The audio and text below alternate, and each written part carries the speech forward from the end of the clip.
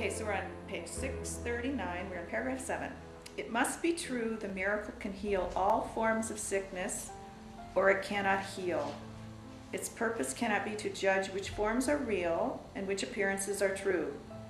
If one appearance must remain apart from healing, one illusion must be part of truth.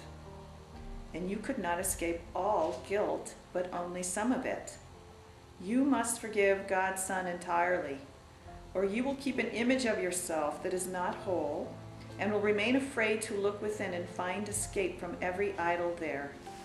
Salvation rests on faith. There cannot be some forms of guilt that you cannot forgive, and so there cannot be appearances that have replaced the truth about God's Son.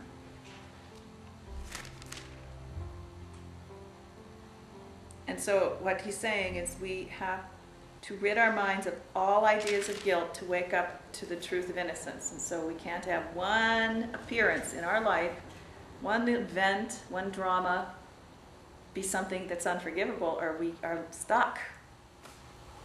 So healing is kind of the disappearance of the appearance and the coming forth of the reality.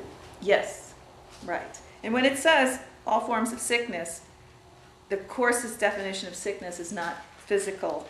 It manifests as physical, but many times, but it's always a form of mind distress. You have an error in your thinking that's called the sickness. It's referring to errors in thinking.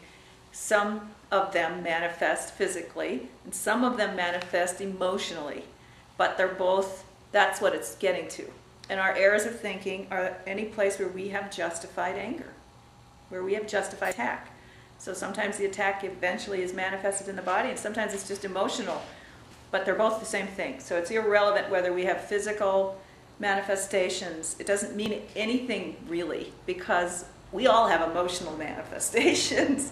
We live our life in emotional turmoil, and sometimes it's physical, and it's always emotional until we get peace. That's why every spiritual journey is a journey to peace, because we're coming out of this emotional quagmire of fear and anger and depression. That's the sickness he's talking about. That was kind of a light bulb in reading, listening to Dr. Sarno when he said that your pain is not physically caused. You know? It's mentally, I know, it's interesting, and yet there's a lot of even medical stuff about this now. Yeah, this stress, is reading. Right, and stress is what's causing all these illnesses, and that was stress is emotional disturbance. So what it is, got some painful spots that need forgiveness. The healing balm of forgiveness on, that's really what you can think about. You got these emotional spots of pain and these physical spots of pain, and they just need some healing forgiveness. And that's what a miracle is. Yes, that's what a miracle is. It's a healing forgiveness to release the tension and return your mind to a more natural state that knows who it is. Okay, Judith's turn, I think, huh? We're on paragraph 8. Look on your brother with the willingness to see him as he is, and do not keep a part of him outside your willingness that he be healed.